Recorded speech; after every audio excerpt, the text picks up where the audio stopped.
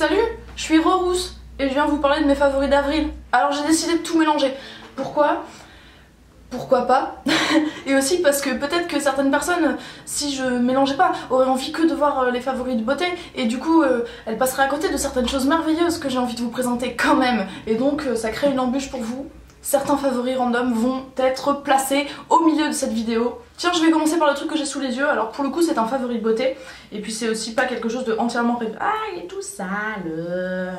C'est ce truc là. Cet écran solaire de chez Kiehl's, dont vous avez certainement déjà entendu parler un certain nombre de fois. Tiens, avec le spot derrière, je vois à peu près ce qui m'en reste. C'est donc un écran solaire qui vous protège le visage ou n'importe quelle zone sur laquelle vous avez décidé de mettre de la crème du soleil, n'est-ce pas? La périphrase étant longue, la phrase n'a l'air de plus avoir trop de sens, mais en fait si. Bref, ça vous protège des UVA, des UVB, donc ça vous protège de la vieillerie, et de la brûlure et du bronzage. Comme l'été va pas tarder à arriver, je me disais que c'était peut-être bien de vous en reparler, je pense que je vous en ai déjà parlé, mais c'est vrai que ce mois-ci m'a été particulièrement utile. Donc on se l'étale sur la face et ça a l'avantage de ne pas être comme la plupart des crèmes solaires indice 50, c'est-à-dire un gros masque blanc tout collant et tout dégueulasse. Ça c'est... Alors je sais qu'il y a plein de gens qui disent on a vraiment l'impression de se mettre une crème hydratante, rien de plus, etc. Je pousserai pas le délire jusque là, ça reste quand même une crème solaire, mais je dois dire que c'est la mieux que j'ai trouvée en termes de pouvoir la porter au quotidien, se maquiller dessus, etc. sans ressembler à un abominable homme des neiges.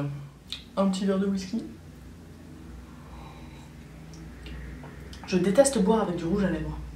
Deuxième chose qui me tombe sous les yeux, et bien pour le coup c'est un favori random. C'est une boîte vide dans laquelle avant il y avait des sachets, pas des sachets de thé mais des sachets de maté. Qu'est-ce que le maté?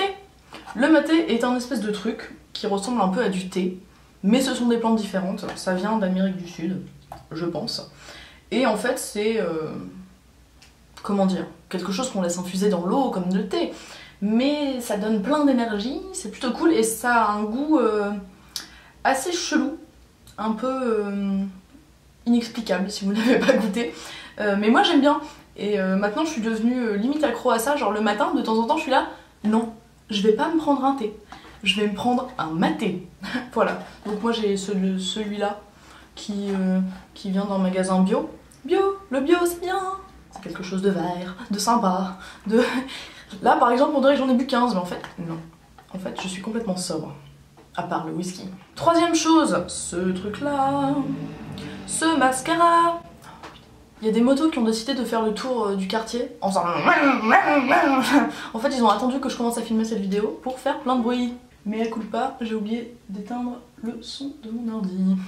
Je disais donc avant d'être grossièrement interrompue par une moto, un ordinateur et moi-même, que ce mascara de chez Chanel, le volume de Chanel, est devenu un favori. Je l'ai acheté sur les conseils de Hélène de Lexi Blush, puisque c'est celui par lequel elle jure, et je le porte aujourd'hui.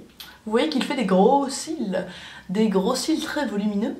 Donc il donne vraiment beaucoup de volume. Je vais vous montrer la brosse, parce que des fois c'est vrai que je parle des choses et je vous les montre pas bien. Donc pouvez-vous voir cette brosse, grosse brosse en silicone.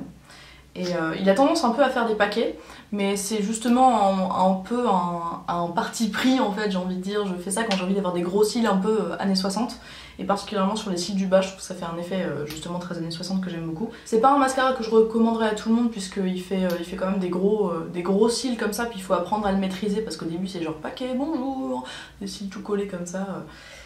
Mais une fois qu'on a appris à le maîtriser, eh bien il fait un effet qui moi me plaît beaucoup, et donc si vous recherchez ce genre d'effet et que vous ne trouvez pas de mascara qui soit assez mastoc pour vous, eh bien je vous conseille de partir sur celui-ci. Ensuite, et là je pense qu'on a la palme du produit le moins glamour dont j'ai pu parler sur ma chaîne depuis le début de ma chaîne, oui, y compris les préservatifs, oui, y compris les serviettes hygiéniques, attention préparez-vous. Est-ce que vous reconnaissez ce truc là? Alors, qu'est-ce que c'est? Eh bien si je vous dis le terme technique, ça s'appelle un tire-comédon. C'est absolument dégueulasse. Alors, je vais vous expliquer. Peut-être le savez-vous si vous me suivez depuis un certain temps, mais je suis quelqu'un qui a un peu tendance à faire des boutons, et surtout je suis complètement obsessionnelle des boutons, c'est-à-dire que je n'arrive pas à les laisser tranquilles. Je sais, il y a les gens qui viennent vous évangéliser pour vous dire « Attention, il ne faut surtout pas toucher à mes boutons !» Mais voilà, quand on est faible, comme moi, eh bien on ne résiste pas, et donc on a tendance à essayer d'enlever ces boutons comme ça, et puis après c'est la catastrophe, c'est pire que mieux quoi. Jusqu'ici je me disais... c'est une mauvaise habitude et il faut t'en séparer. Et puis, il y a quelques temps, genre un mois et demi, je me suis dit, bon, écoute Marie, tu sais très bien que tu le fais, même si tu dis que tu vas pas le faire, tu le fais quand même, donc au moins fais-le bien. Et donc je suis allée en pharmacie et je me suis acheté ce truc-là, qui est un petit truc en métal comme ça que les dermatos utilisent et certaines esthéticiennes aussi, c'est ça qui m'a donné l'idée. Ce n'est pas très glamour, mais en même temps je vous en parle quand même, pourquoi?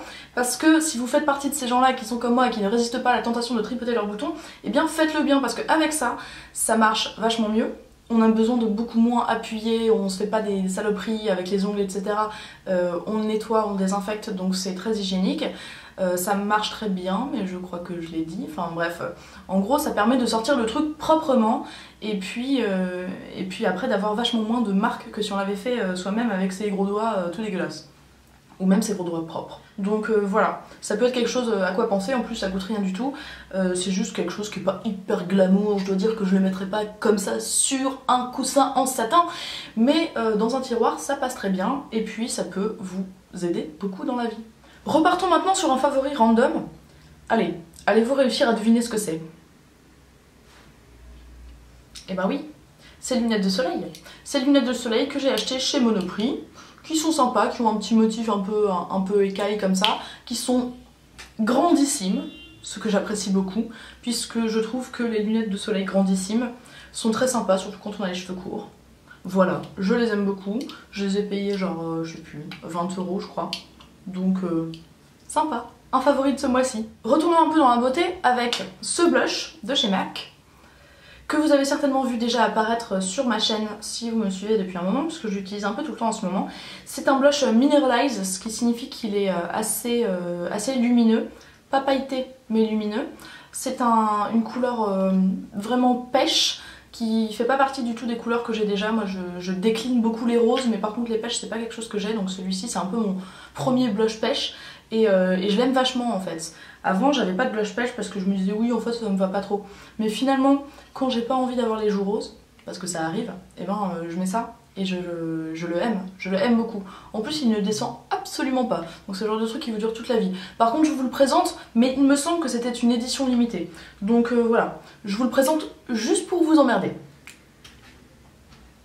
Ensuite, on reste dans la beauté et en plus on reste dans MAC. Alors c'est pas vraiment fait exprès, n'est-ce pas? Mais en fait, je voulais vous parler de ce qui a été ma façon préférée de faire mes sourcils ce mois-ci. Avant j'en faisais vraiment des caisses, j'aime toujours bien, hein, mais c'est juste que voilà, les goûts ça va, ça vient. Et après j'ai regardé une vidéo des Pixiwoo, alors ne me demandez pas laquelle, je ne me souviens plus, un tutoriel de maquillage où Sam, je crois, faisait ses sourcils comme ça rapidement, avec un pinceau 219 de chez MAC. Pas un truc très précis, mais justement pour avoir un fondu, enfin un rendu très fondu. Et je me suis dit, mais oui, donc ce que j'ai fait quasiment tout le mois, c'est que j'ai utilisé mon ombre Omega de chez MAC, qui est celle qui correspond le mieux à ma carnation et à la couleur de mes sourcils. Et je l'ai appliqué avec ce 219 qui d'ailleurs est sale. Et puis j'ai fait mes sourcils comme ça de façon très diffuse, et ça m'a beaucoup plu. Et ensuite pour la fin je vais vous parler de YouTube et je vais vous parler de musique. Alors un gros favori de ce mois-ci, ça a été une chaîne YouTube que m'a fait découvrir Esther de la chaîne Esther se sentir belle. Si vous ne la connaissez pas, ben, je sais plus quoi vous dire quoi les gars, à force sa chaîne quoi. Bref, je sais pas ce que je raconte. Esther c'est ma grande copine et un jour elle m'a envoyé un message en me disant va voir la chaîne YouTube qui s'appelle Solange te parle. Et je suis allée voir. Et j'ai beaucoup aimé cette chaîne. Donc je sais que j'en ai déjà parlé précédemment, je vais vous faire le topo rapidement. C'est en fait une comédienne. Solange c'est pas vraiment une vraie fille, enfin c'est un personnage joué par cette comédienne. Et elle fait des vidéos un peu où elle parle de tout et de rien. Et puis elle a un style très particulier, une façon de parler très lente et très presque léthargique qui est vraiment sympa. Alors je comprends très bien que ça horripile certaines personnes, je sais que c'est le cas.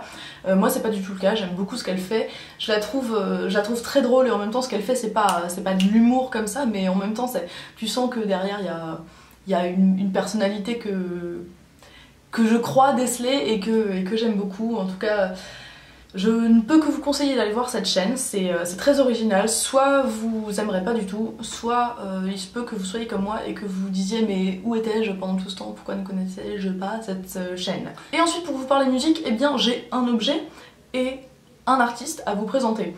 Alors, par quoi commence-je? Je vais commencer par l'artiste, tiens. En fait, je me suis tapé une phase dans les genre 2 dernières semaines. Je me suis dit, genre, il y avait une petite voix dans ma tête qui disait tango, tango, écoute du tango.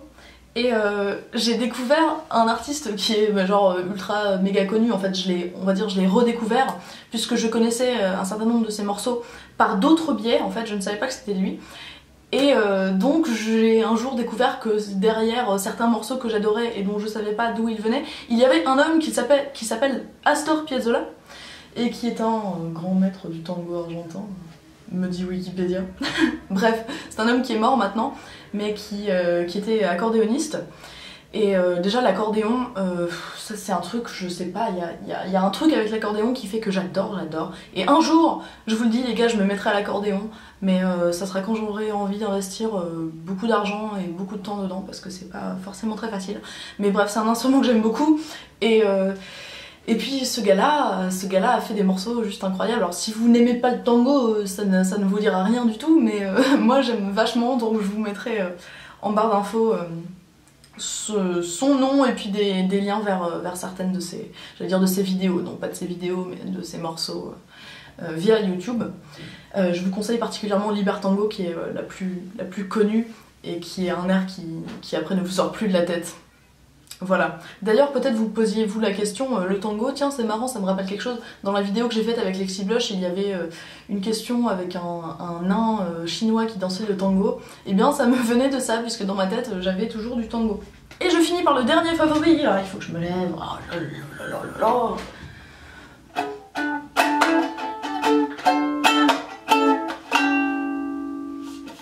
Ah du ukulélé. Je me suis acheté récemment, je sais pas encore m'en servir. Désolée d'ailleurs de vous avoir cassé les oreilles. Mais je suis trop contente. J'avais envie d'avoir un ukulélé. Et maintenant j'en ai un. Et maintenant je me dis, oh là, oh, c'est compliqué, c'est pas la même façon de faire les accords que la guitare et tout, il faut apprendre. Alors j'apprends. Mais ça me plaît beaucoup. Et en plus c'est trop cool, c'est hyper léger. Et on peut le trimballer partout. J'irai jouer dans le métro. Vous me donnerez des pièces si je joue dans le métro? Bon les gars, cette vidéo de favoris est terminée, j'espère qu'elle vous a plu. N'hésitez pas à commenter, n'hésitez pas à aimer, à partager, à vous abonner si vous n'êtes pas abonné à ma chaîne. Si vous voulez, vous pouvez même me suivre sur le Twitter et sur l'Instagram. Et voilà, sur ce, je vous souhaite une très bonne journée, une très bonne soirée, et je vous dis à très bientôt. Ciao!